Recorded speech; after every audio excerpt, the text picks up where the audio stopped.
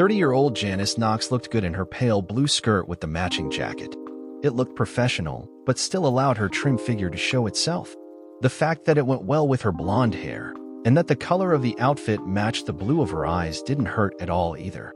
She had been standing in line waiting for her table at Chez Arthur for almost 10 minutes, and was beginning to worry that she wouldn't have much time for lunch if the line didn't move a little faster. She was lost in thought, alternating between concerns about the delay getting a table for lunch, and how she would apply the teaching techniques she had seen described and demonstrated in the morning seminar she had just attended. In the beginning, she was not sure that the week spent at the Minnesota Elementary School Teachers Convention would be time well spent, but already, halfway through the second day, she could see the value in the exercise. She was glad that her husband, Arthur, had insisted she take the opportunity when it was presented. Arthur had repeatedly assured her that she would not regret it. Already last night, snug in her bed at the Minneapolis hotel that was hosting most of the seminars, she had told him when she called home to Duluth how right he had been. "Excuse me, ma'am." Somewhere the short phrase had registered with her, but aware that she didn't know anyone in this city, she assumed the words weren't intended for her. There were 3 other teachers from her school district who were also attending the convention, but they hadn't accompanied her for lunch. "Excuse me, ma'am." This time the words were accompanied by a gentle touch on her elbow, and she turned quickly to see who was trying to get her attention. A rather good-looking dark-haired man of about her age, dressed in a conservative dark suit, was smiling at her. Initially, she was a bit flustered by his tap on her elbow, and her momentary discomfort resulted in a slight bit of color appearing in her cheeks. "Yes, what is it?" Realizing that she was in front of several dozen other people, her discomfort eased very quickly, and he could see her visibly relax a bit. "I couldn't help but notice that you're alone in the line, just as I am. Perhaps we could both get faster service if we took a table for 2. Her initial reaction was negative, and she said, "I don't think we should. We don't know each other." As she said it, she realized how foolish that sounded. The man laughed and said, "It's just for a meal. This place is very popular and very busy, and I just think we might get a table a bit more quickly if they know they can put the 2 of us into one slot, so to speak." He held up his left hand and pointed to the wedding ring on his finger and continued, "I'm married, and I have nothing but the most innocent of intentions, but if it makes you uncomfortable, please excuse my suggestion." His words made her realize just how insecure and excessively cautious her words must have sounded to anyone else in the line who might have listened to her initial reaction. She gave a quick laugh and said, "Sure, why not? Perhaps you're right, and we'll get seated and served a little more quickly." She stepped to the side to make room for him and motioned him discreetly to join her. He was at her side almost immediately, and while extending his hand said, "My name is Brent Buckley, and I appreciate your acceptance of my suggestion." They briefly shook hands, and she completed her half of the introductions. "I'm Janice Knox. I'm sorry if I seem to not be with it when you first meet your suggestion. I guess you caught me by surprise." Their agreement to share a table was passed on to the maitre d', and it seemed to work as they were seated at a table for 2 very soon thereafter. A waiter was at their table almost immediately with menus, so it wasn't until after they had each ordered, with Janice quick to mention that separate checks would be required, that they had an opportunity to talk. Brent was the first to get started by saying, "I really appreciate your decision to share a table with me. I have a sales meeting to get to for 1:30, and I could see my opportunity to have lunch disappearing while I stood in that line." Janice replied with, "I know what you mean. I'm here for a teacher's convention, and my next seminar is at 1:30. The other teachers I was with decided to do some shopping and then grab a hot dog from a street vendor. I just couldn't see missing the chance to eat here. I've heard it's one of the best restaurants in town." They continued with small talk for the next couple of minutes until Brent said, "I wouldn't mind a glass of wine with my lunch. Can I interest you in one?" Janice became a bit flustered again and said, "Oh no, I couldn't.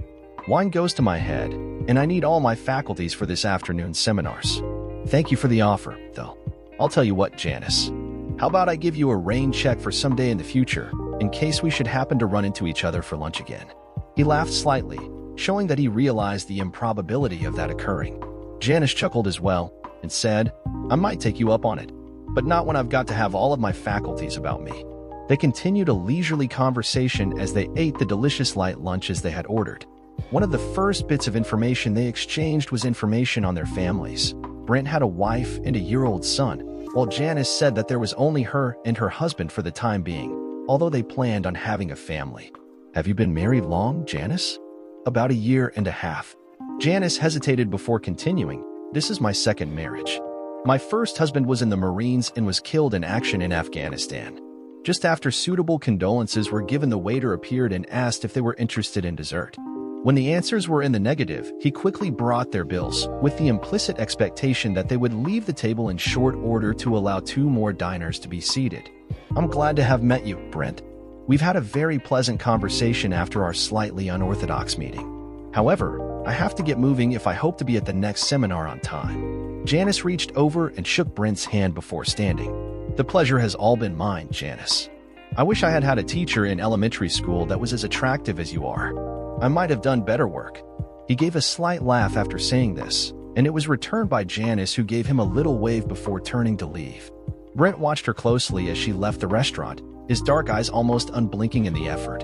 Once she was on the sidewalk, he took out his cell phone and made a brief call while watching her through the window as she walked away. After hanging up, he quickly left the restaurant. It was just after 8 p.m. the following evening, and Janice Knox was sitting at a table in the hotel bar with the 3 other teachers from Duluth. 2 of them were single, both with a couple of years of experience. The third was about 10 years older than Janice, and like her, she was married. They had decided to spend the evening in the bar to unwind after their 3rd day of attending the seminars they each thought would be the most helpful to them. One of their intentions was to compare notes on the various topics they had covered and how they rated them for their value. The 2 single women, Dana and Arlene, were keeping a close eye on the younger men in the crowd and made no secret of the fact that they were open to the thoughts of a quick hookup if the right man came along. Janice's married coworker, Gloria, made no such statements, but seemed to have a wandering eye as she spent almost as much time as the single women in checking out the men in the bar. Janice had just entered into an intense discussion of the seminar she and Gloria had both selected to attend that afternoon when a man seemed to suddenly materialize at their table. Well, hello, Janice. I guess the chance of us running into each other again wasn't as remote as we thought. Brent Buckley was standing there smiling at her, and once the surprised look on her face eased, she replied, Brent, how nice to see you again. She turned to her 3 friends, who by this time were all looking at them, and said, this is the gentleman I told you about. We shared a table at Chez Arthur for lunch yesterday. She turned back to Brent and said, how do you happen to be here in this particular bar? I really didn't think we'd ever see each other again. I'm staying in this hotel, and thought I'd come down for a quiet drink or 2. I've had a successful day with my sales calls, and I thought a change of pace was in order. Janice chuckled and said, what a coincidence. We are all staying here too. This is the main venue for the convention we're all attending. The other 3 women seemed to lose a bit of the interest they had shown in Brent as he and Janice continued their conversation. After a couple of mutual comments on how coincidental their meeting again had been, Brent said, I guess my offer of a rain check for a glass of wine could be cashed in now, if you wish. I won't hold you to wine if you would like something else instead. Janice hesitated only a few seconds before replying, sure, why not? I ordered an Irish coffee when I came in here, and it's pretty well empty now. A glass of white wine would be nice, I guess. Would it be alright if I join you ladies at your table? I don't want to impose, if you'd rather I didn't do that, Janice. Brent stood expectantly beside Janice as she quickly glanced at her 3 friends. Not having seen any discouraging signals, she quickly replied, I think that would be fine, Brent. She laughed nervously before continuing, just don't get the wrong idea.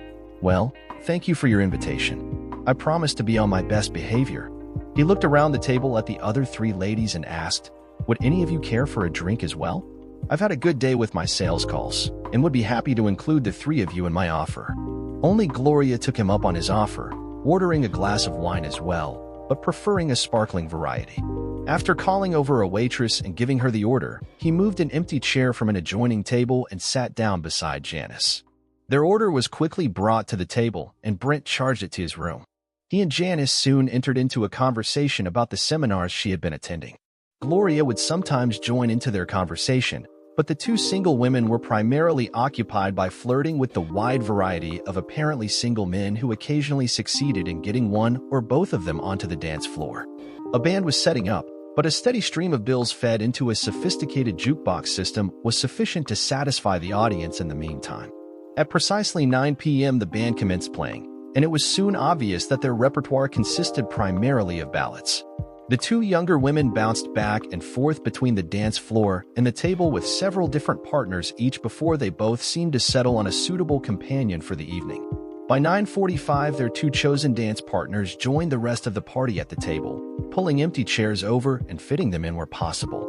Gloria wasn't quite so obvious, but she did accept several requests to visit the dance floor, and it wasn't too long before it was obvious to those who paid attention that she had chosen to favor one particular young man over the others. Brent couldn't help but notice this, and the term cougar came to his mind, although for a second he wondered to himself if the term actually included married women as well as the single and divorced. It seemed as if the volume in the room was slowly increasing, and Brent leaned over to Janice had asked, "Would it be all right if I asked you to dance? It seems that we're on the only ones at the table who haven't been up there yet." It was obvious that Janice had noticed her friends making their way to and from the dance floor, and she quickly replied, "I guess that would be okay.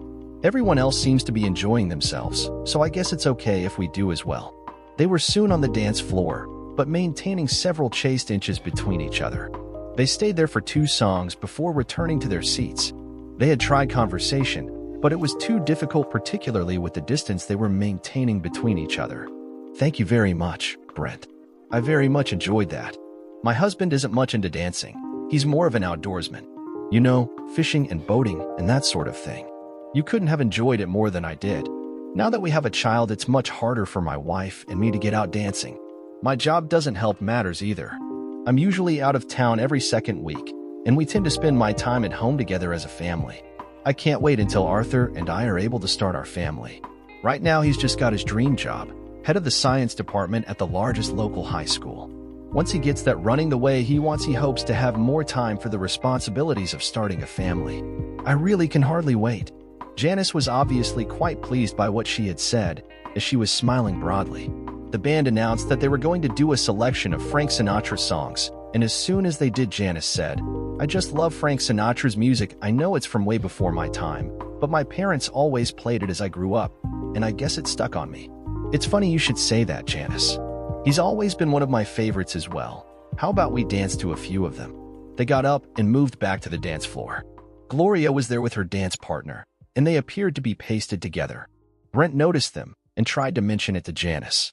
She couldn't seem to hear him and shrugged her shoulders while giving him a curious look. He took the opportunity to lean in closer to her and whispered into her ear, "I think your friend Gloria has found a new close friend. I'll turn around and you can see them over towards the corner." His move to better talk to Janice, combined with his turn to let her see what her friend was up to, resulted in the two of them coming together quite closely. They continued to dance closely together while Janice watched her friend's antics on the dance floor. After about half a minute, she moved her head closer to be better able to speak to Brent and said, "I've met her husband. I don't think he would be too happy with what she's doing over there. If I didn't know better, I'd think they were having sex on the dance floor."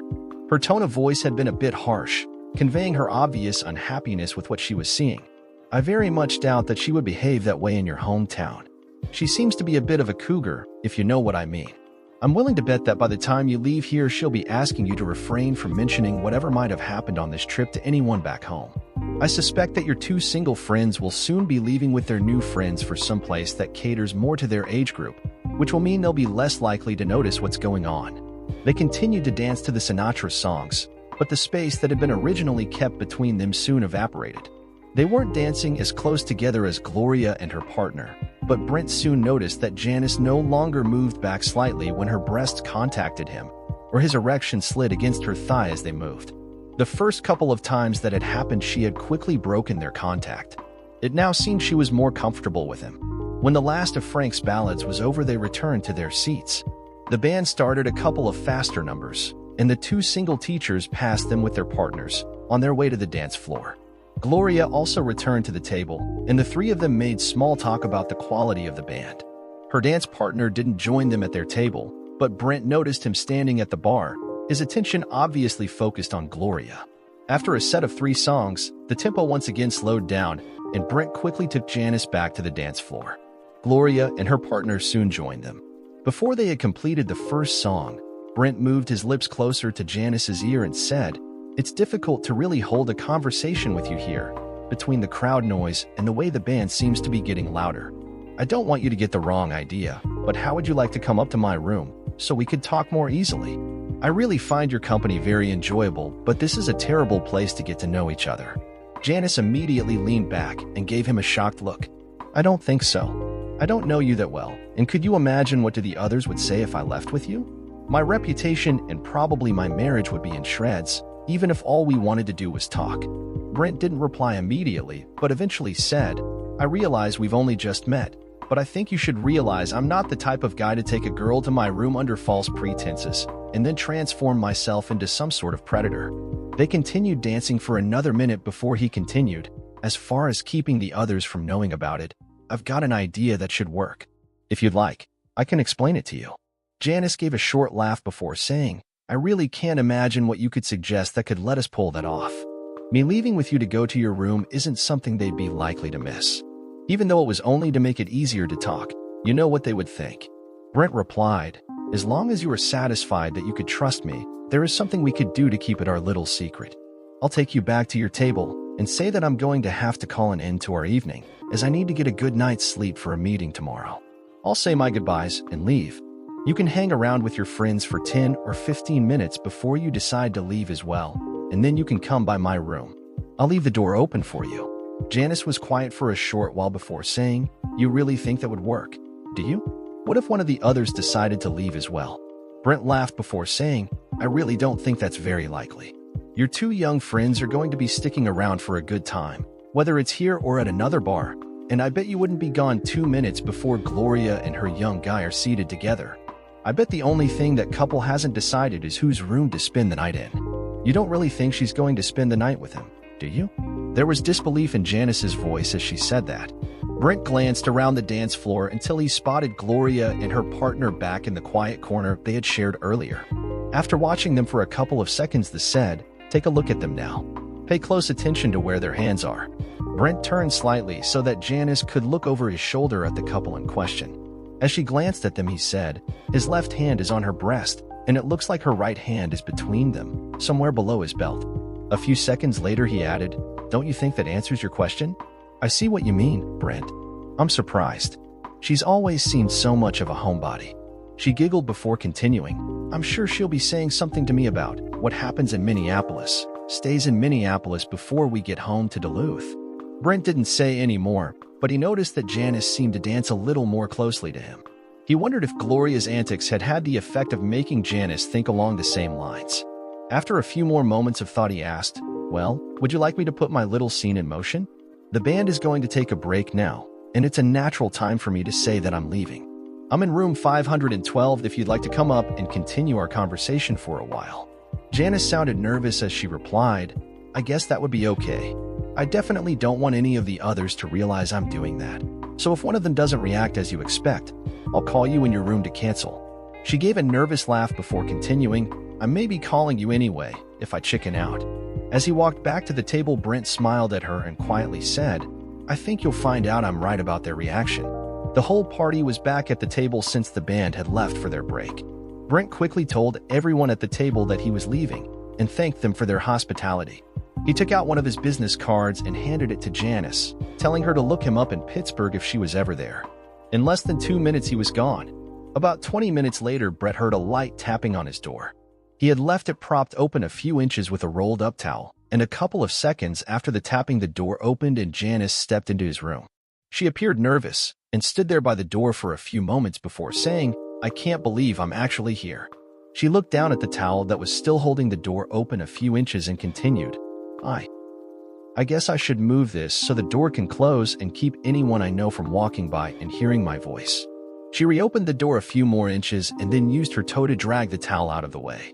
When she pushed the door closed, a loud click signaled that the latch had engaged. She seemed to get startled by the sound and quickly looked back at the door before turning and slowly walking over to join Brent. Brent had stood up from one of the two comfortable-looking armchairs that were part of the furniture in the lounge area of his suite. He'd removed his jacket and tie and had a pleasant smile on his face as he welcomed Janice to his room. A king-sized bed dominated half of the room. An iPod attached to his small set of speakers playing music similar to what the two of them had enjoyed in the bar earlier was sitting on a chest of drawers by the bed. The mini music center dispensed a good quality of sound considering its small size. The room showed the normal evidence of a salesman on the road. A briefcase and a leather case marked product information stood near the closet, which had a couple of suits and a garment bag hanging from the rod. A closed laptop computer was resting on the table beside the two armchairs. "So, Janice, can I offer you a drink? I have a small bottle of pre-mixed piña colada that goes down very nicely when it's added to a glass full of ice." Janice had slowly made her way into the room, past the bed which she glanced at, and finally took the offered seat across the table from where Brent had been sitting. "I love piña colada, just don't make it too big of a drink, okay?" While he poured 2 drinks over ice, Brent asked, "I take it that no one expressed any suspicion about you leaving after me?" Janice laughed before saying, "You had my friends pegged perfectly. About a minute after you left, Dana and Arlene announced that they were going to accompany their 2 guys to a bar down the street. It has a very popular local band, and they said the music would be more to their tastes. Gloria made a comment that it was too bad you had left so early. She said that the fellow she had been dancing with had a friend, if I was interested. I don't know if it was the look on her face, or the way she said it, but it was easy to see she was implying something more than just a few dances could be involved." After taking the offered drink from Brent and having a small sip to sample it, she continued, "This tastes great. I'll have to take it very slowly with this, as I've already had a couple of drinks, and 2 is usually my absolute limit. You just sip at it slowly, Janice, and I don't think it's going to bother you. I'm certainly not trying to get you drunk." Brent proposed a small toast to their absent spouses, a toast that was agreeably seconded by Janice. Janice seemed to get excited as she said, "I almost forgot to tell you. You were right about Gloria. When I left the table, I went out in the lobby for no more than 2 minutes, and then I went back into the bar. Her young friend was already there at the table with her, and the 2 of them were whispering back and forth to each other like long-lost lovers." Janice laughed and continued, "I really can't believe that she would act like that. Back at home, she is the picture of propriety and seems to dote on her husband. God, if he could see her now. I just wonder how much she's going to want me to cover up for her." The 2 of them had a couple of good laughs at the expense of Gloria and her young escort. The 2 of them were in agreement that she was exhibiting all the signs of a cougar on the prowl for a young guy. For the next few minutes, their conversation drifted slowly towards the topic of the music they had heard that evening in the bar, and that they continued to listen to from Brent's small stereo system. He explained how he had created the playlist on the iPod from his CD collection at home, augmented by selected purchases from iTunes. Janice in turn asked a number of questions on how she could create a similar system for herself. At this point in their conversation, the sound system began playing Sinatra standards, and Brent quickly asked, "How about we dance to a few of these songs? I really enjoyed dancing with you in the bar, and I don't see any reason we couldn't continue here." Within seconds, Janice had agreed, and the 2 of them slipped off their shoes as they would have made it difficult to dance on the carpeted floor. As they came together, their former style was repeated, and they held each other closely, not in the style of Gloria and her young partner, but comfortably close so that both were well aware of the other's body and its features. The second Sinatra tune was especially slow, and the 2 of them were barely moving as they danced in the small area between the bed and their armchairs. It wasn't long before Brent released Janice's left hand and moved his own to her left shoulder. His right hand was already just above the swell of her buttocks, and his move now allowed him to use his 2 arms to pull Janice even more closely to him. At first, Janice stiffened in reaction to his move, but by the end of the song, she had performed a similar maneuver by putting both of her arms around his neck and was cooperating with him by pulling him closer. Brent's head was over Janice's right shoulder, and it was easy for him to turn it slightly so that he could begin to lightly kiss and nibble at her neck. Almost immediately, Janice tried to pull him even closer and let out a quiet moan. A few seconds later, she said, "I shouldn't let you do that. I enjoy it too much." She giggled and said, "You're starting to get around my defenses." Brent moved up a bit to her ear and continued with the nibbling and the kisses before quietly saying, "I hope you weren't saying stop. I think I enjoy this as much as you do." He continued with his actions, and while he did so, he moved his right hand down to the swell of her left buttock and caressed it several times before he used it to pull her hips even closer to him. She did nothing to discourage him, and they continued to slowly dance to the music. They continued their mutual fondling throughout the next song until Janice said, "We shouldn't be doing this. We should quit now. If you would like me to let you go, just say the words. I think we're both enjoying ourselves, at least I know I am." He was waiting for Janice to push away from him, but that didn't happen. When the tune finally ended, Brent said, "I'd like us to get these clothes out of the way. It's not too late to stop though, so I will understand if you would rather leave now." If you stay, I'm going to want to make love to you on that bed. He had moved back so that he could look into her eyes as he said this. She had continued to hold him as he spoke, even though he had removed his hands from her. For several long moments, they looked into each other's eyes until Janice slowly removed her hand from Brent's chest. He was expecting her to take him up on his offer to stop what they were doing, but after a few seconds, she moved back and dropped all her clothes on the floor. Brent too got his clothes off. You have a beautiful body, Janice, and I'm so happy that you have decided to share it with me. He pulled her close, and the two of them began to trace over each other's bodies with their hands. They were sharing a lengthy kiss during the time they conducted their enjoyable exploration. Janice finally broke their kiss and said, "You don't seem to have an ounce of fat on your body, Brent." She ran her hand over the front of his chest and added, "Now I can appreciate what six-pack abs are all about. It's too bad I'll never be able to describe your wonderful physique to anyone. I'm looking forward to enjoying you." They began to kiss again and resumed their explorations of each other's bodies. This time Brent broke their kiss and said, "I want to make love with you now." They soon had wild sex. God, that was wonderful. I can't believe I did this, but it was an experience I won't soon forget. Only my first husband was ever able to make that happen for me. Do you think you'd be able to do that again if I give you some help? Brent quickly replied, "I'm sure I can, with a little help." He chuckled and continued, "I'm sure all it will take is the right kind of help." As they repositioned themselves on the bed, Janice asked, "What is that scar on the side of your ribs? It looks pretty jagged, like something tore it there." Brent gave her an odd look before replying, "I had an accident a while back. Some jagged metal caught me there. The doctor who stitched me up wasn't too worried about how the scar would look." His answer seemed to satisfy Janice as she quickly got on her hands and knees and looked back at him expectantly. They went ahead for round two. When he finally rolled over to lie beside her, Brent looked down at her and said, "I appreciate your enthusiasm, but I think that was it for me." She replied, "I know that, and besides I have to get back to my room. I don't want Gloria or one of the other girls to get back to their room before I do. They could end up phoning me to brag about their evening. I could see Gloria doing that. I just wanted to clean you up before I leave. You've given me an amazing night, one that I won't be able to even tell anyone about." She got down from the bed and began replacing her clothing. Brent joined her, and after slipping on his clothes, he said, "You keep my card. If you ever get to Pittsburgh, I wouldn't mind seeing you again." Janice seemed startled by his statement and said, "You can forget about that. This was a one-time only thing. I'll have some great memories, but that's all they're going to be, just memories." She reached into her purse and removed his business card. "I won't need this, so keep it for one of your customers." She smiled at him before stepping forward to put her arms around him. As they broke the kiss, Brent answered her with, "I understand. I must say I enjoyed the experience." He walked with her to the door, and before she stepped into the hallway, he checked both directions for other guests. With the hallway being clear, he held the door open for her. "Have a good life, Janice." "You too, Brent." Janice began walk down the hallway purposefully, without a backwards glance. Her room was in the same section of hallway as Brent's, and once he saw her disappear into her room, he closed his door and went immediately into the bathroom and had a shower. When that was finished, and he had been able to dry himself off, he walked back into his room. After that, he completely redressed himself before retrieving his cell phone from his briefcase. Before using the phone, he poured himself a full glass of the pina colada and took a long swallow of it. When that was done, he opened his cell phone and pressed a speed dial number. "Hi, it's me. Yes, I'm leaving shortly for the airport, and I'll be home by 9 o'clock in the morning. I love you too." A little over 2 months passed.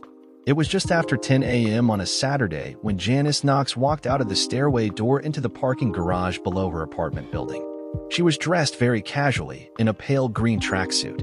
Over the past 2 months, there had been changes to her appearance. Her face looked a little thinner, and there were dark circles visible under her eyes. It had become common for her to go out without makeup to hide the ravages of the last 2 months.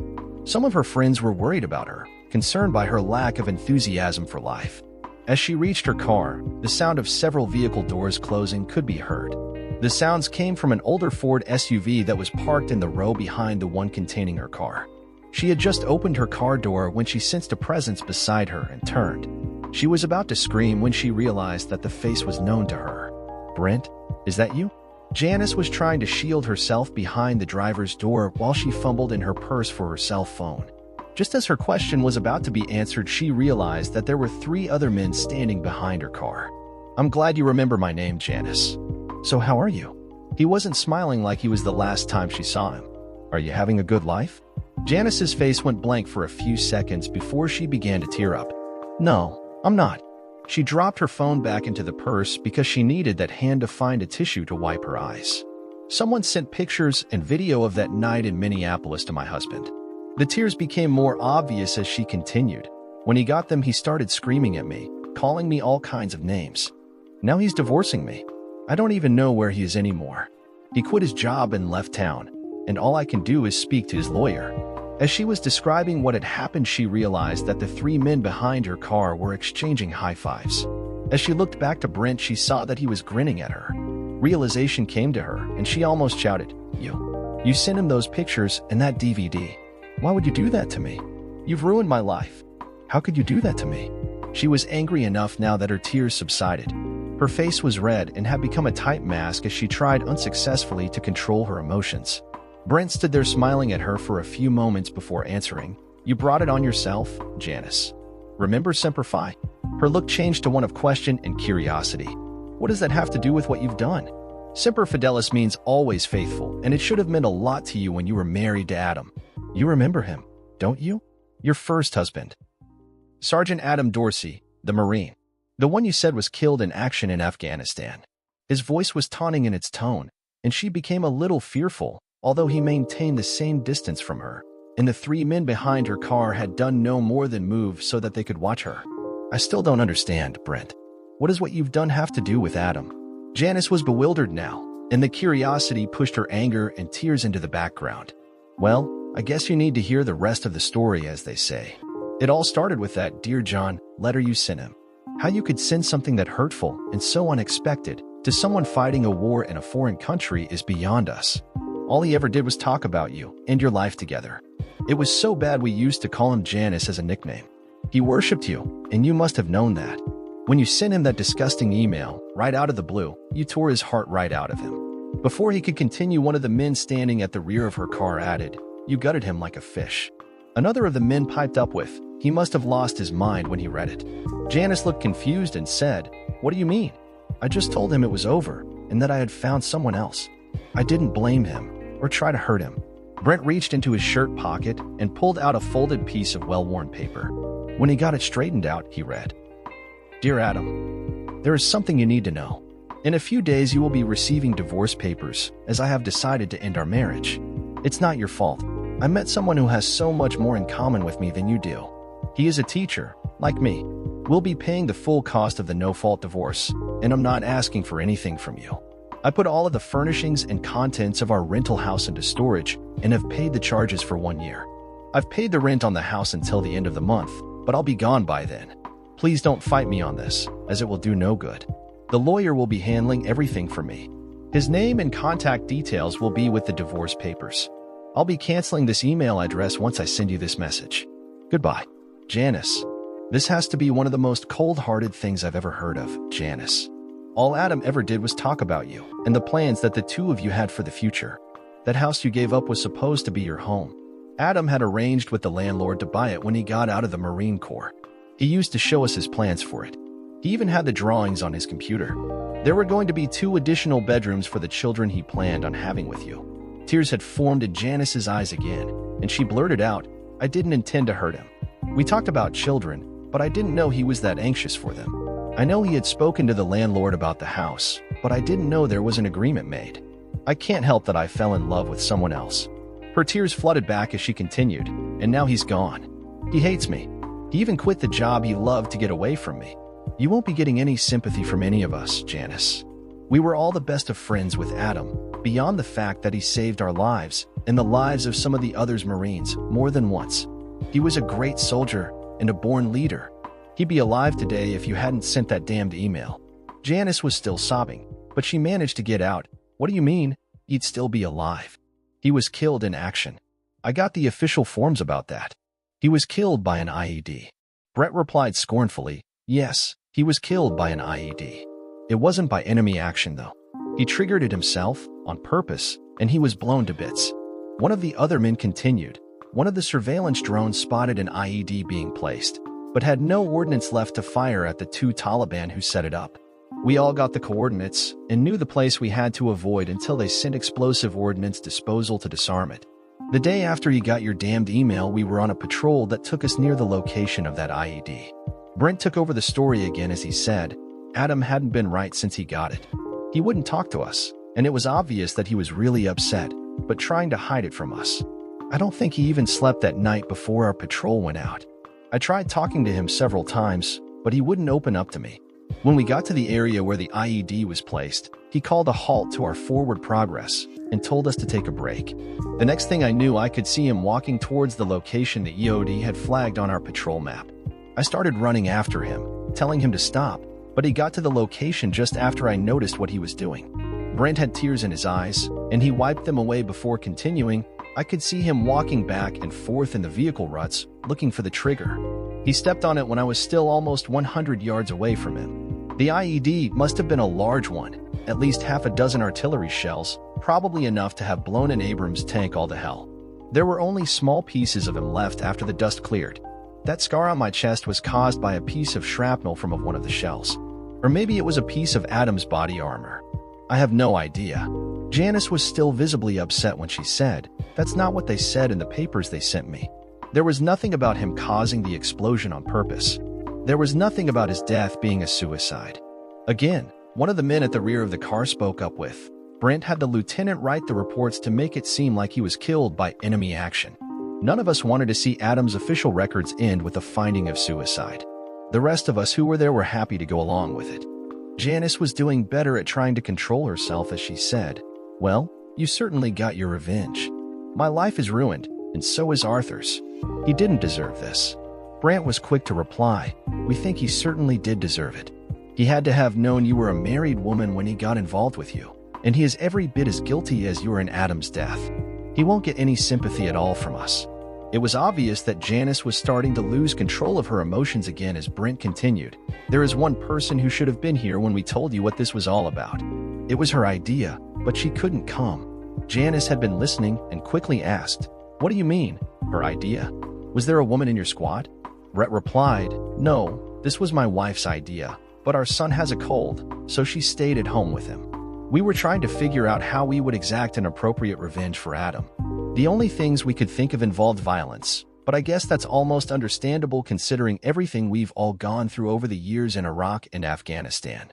We were talking about it at my place, having a beer in the living room, and I guess that my wife was listening.